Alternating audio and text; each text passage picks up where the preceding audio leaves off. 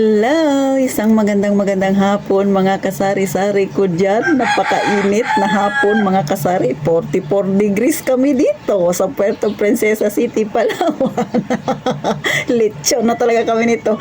Alam niyo mga kasari, ilang araw ako na hindi nag-upload kasi hindi ko talaga kayang magtambay dito sa tindahan ko. Napakainit mga kasari. Naawa na ako sa electric pan na gamit ko dahil mainit na rin siya. Kaya ngayon pa lang si Ate Tintin na nakapag-upload. So, kumusta naman kayo? Kumusta ang inyong negosyo, ang inyong tindahan mga kasari? Sana po lahat tayo ay pasulong kahit napakatindi ng init mga kasari. Sa mga bago pa lang sa channel ni Ate Tintin na hindi pa ako kilala, ako si Ate Tintin, ang tinderang laging nakangirit kahit na kaunti lang ang benta. Alam niyo mga kasari, bago ko simulan yung aking topic, hihingi muna ako sa inyo ng isang share, sana kung pwede. Tapos pa-subscribe na rin at pa-like na rin ang aking munting video na ito mga kasari. Sana dumami pa tayo sa 431 na subscriber ko. Thank you po ng marami sa inyo. Sana po wag naman ninyo akong kalimutan pagka nagbablog ako. Sana supportahan yung lagi si Ate Tintin. Sana magkaroon pa ako ng video na maraming upload para makatulong ako sa mga kagaya kong nasa masang pamumuhay at ganito rin ang kanilang sentimiento sa kanilang tindahan.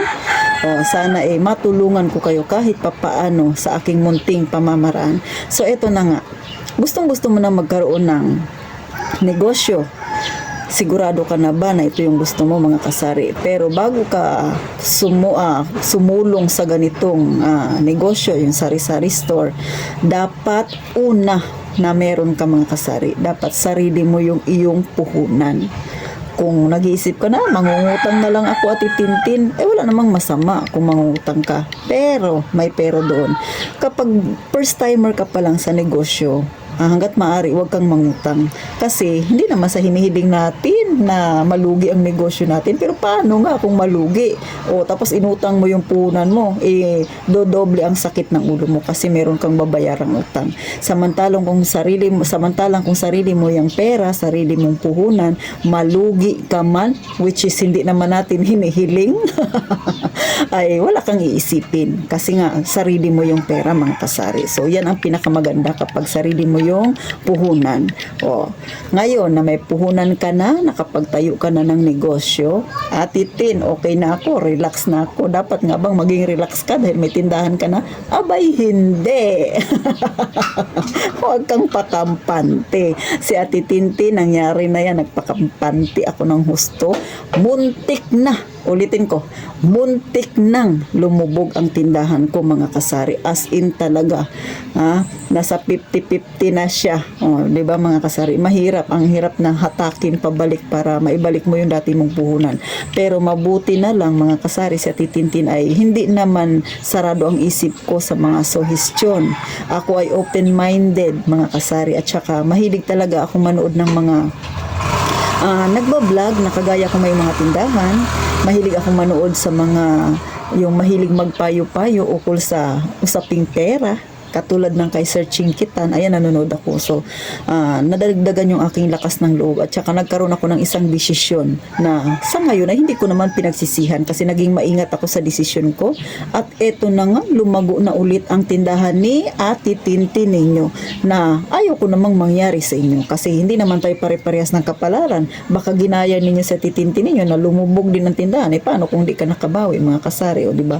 So, yan ang pinakamasaklap na katotohanan kasi mahirap magpaumpisa ng tindahan tapos ilulubog lang mga kasari ganun po. Dapat maging open-minded tayo sa lahat. Matuto tayong tumanggap ng may kahinaan din naman tayo. Hindi naman sa lahat ng pagkakataon ay malakas tayo. Ako, aminado ako mga kasari. Kaya nga, si Ate Tintin ay mahilig pa rin mag-research.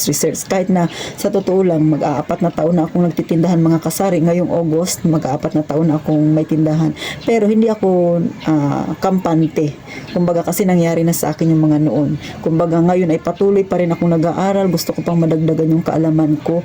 Kasi kasi gusto ko yan may apply sa aking tindahan kasi yung buhay ko ngayon ay hindi lang ito yung pangarap ko. Gusto ko pa kahit papano umahon pa ng kaunti, isang hakbang pa ulit pasulong mga kasari. Kahit na pa konti-konting hakbang sa hagdan ng ating buhay, at least sigurado ako mga kasari. So yun ang pinaka-importante sa lahat. Hindi ako nagmamadali. So sana may natutunan kayo kay Ate Tintin. Syempre, panghuli na dapat gawin para hindi lumubog ang tindahan. Kung ikaw ay may sariling puhunan, meron ka ng negosyo, ilang taon ka na nagninegosyo, syempre ito yung pinaka the best sa lahat.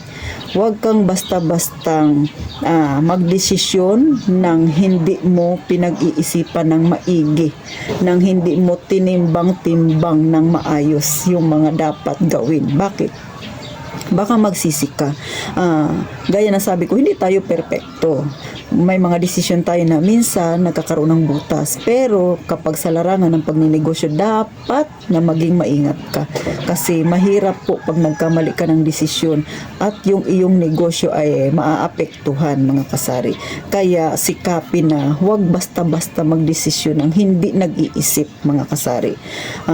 Siyempre kapag nagdesisyon ka, ang lagi mong iisipin ay okay kaya ito, kung ito yung gagawin ko, ano bang magiging epekto sa negosyo ko kung sakaling pasukin ko ito, kung sakaling ito yung gawin ko, lulubog kaya, at kung lulubog kaya ko kayang ihaahon, o diba, o kaya ganito ba yung mangyayari. So dapat may mga ganun kang senaryo sa isipan mo mga kasari para ma-prevent mo yung mangyayari na hindi maganda sa iyong negosyo. So yan yung aking mga nasi-share mga kasari. Higit sa lahat, ito talaga yung pinaka-the best. Lagi mong ipag-pray yung iyong negosyo.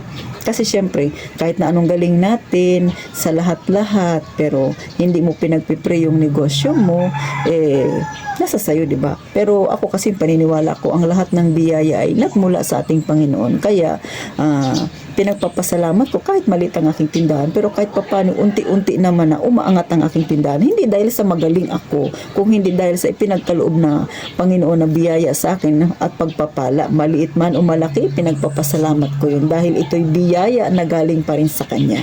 So mga kasari, sana kahit papano may natutunan kayo kay Ate Tintin, at sana nakapagbigay ako ng inspirasyon dyan, at saka syempre ito babala na rin sa mga kagaya kung medyo matagal na sa pagtitindahan na huwag masyadong pakampante sa ating mga negosyo na kapag okay na kasi Ate Tino, wag ganon, manatili ka. Kung ano ka nung nagsimula ka, ganon ka pa rin hanggang ngayon. Kasi syempre yung ating tindahan or yung ating negosyo buhay na natin yan mga kasari.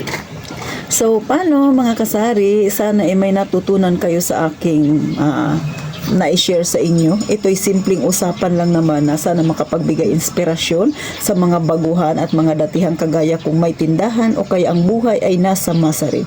Kung anumang problema na dumating sa atin, kayang-kaya nating solusyonan. Basta huwag lang kalimutan, timbanging maigi bago ka gumawa ng iyong desisyon, pag-isipang maigi. So eto na ang inyong Ate Tintin na laging nagsasabi sa iyo kasari, mag-iingat kayo palagi.